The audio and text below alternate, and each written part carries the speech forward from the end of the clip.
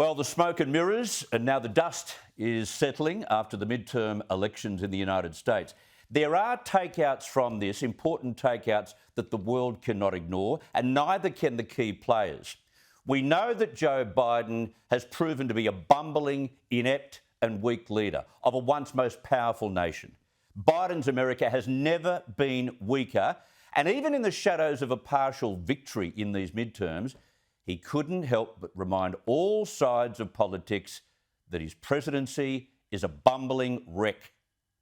I'm sure we'll discuss China, Taiwan, whether or not they're pulling back from Fallujah, and from the Kherson, the city of Kherson. Biden's being an extremist. And he won't rule out running in 2024? He must be kidding. The Democrats must be kidding. But the second lesson from the midterms is that Donald Trump is now repelling many Republicans. This was no red wave, as overly hopeful Trumpsters were predicting.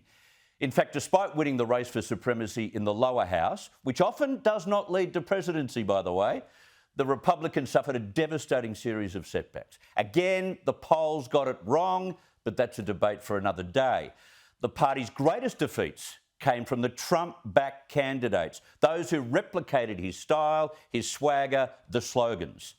It was a terrible prelude to his plans, of course, to announce his candidacy for the Republican presidential nomination next Tuesday. That is in tatters. Now, not that Donald, of course, wants to accept the inevitable. That's incredible. That's a big group. They must be expecting something big tonight. Actually, they were hoping for big losses, but that's not happening. So the numbers have been amazing so far. Amazing? Well, the headlines have been far from amazing for Donald Trump. They've described this far more accurately. Here's a look at the New York Post's sobering cover. Here's how Donald Trump sabotaged the Republican midterms. So his biggest media allies, all realising the same thing, this is the end of the Trump era. It was a change of heart that did not impress the Donald. He wrote on his own social platform, Truth, News Corp is all in for Governor Ron DeSanctimonious, an average Republican governor with great public relations who didn't have to close up his state, but did, unlike other Republican governors, whose overall numbers for a Republican were just average. But Trump's likely replacement, Ron DeSantis, is still a strong conservative. We reject woke ideology.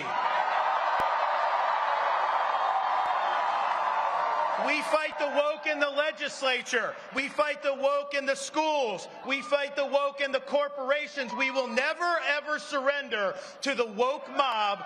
Florida is where woke goes to die.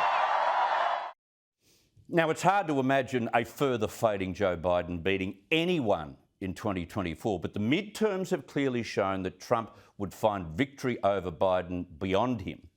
His once loyal lovers just don't want to get back into bed with him. This is despite local Democrats being blamed for soaring crime rates. There's still anger over harsh lockdowns by Democratic governors, and the way the Democrats are stalling or installing woke curricula in schools is upsetting parents no end. But even all that going on, it is just not turning voters red. But pragmatic Republicans have now realised they do have a path to victory.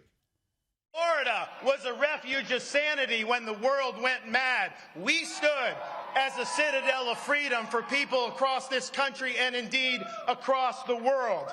We stood our ground. We did not back down.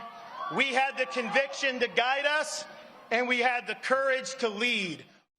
What happened in Florida? He's right. It went against the national trend. He was heavily supported by female voters. You've got to win the female vote. He has strong backing from Hispanics as well. That latter achievement may just be the key to winning the Republican nomination and even the presidency.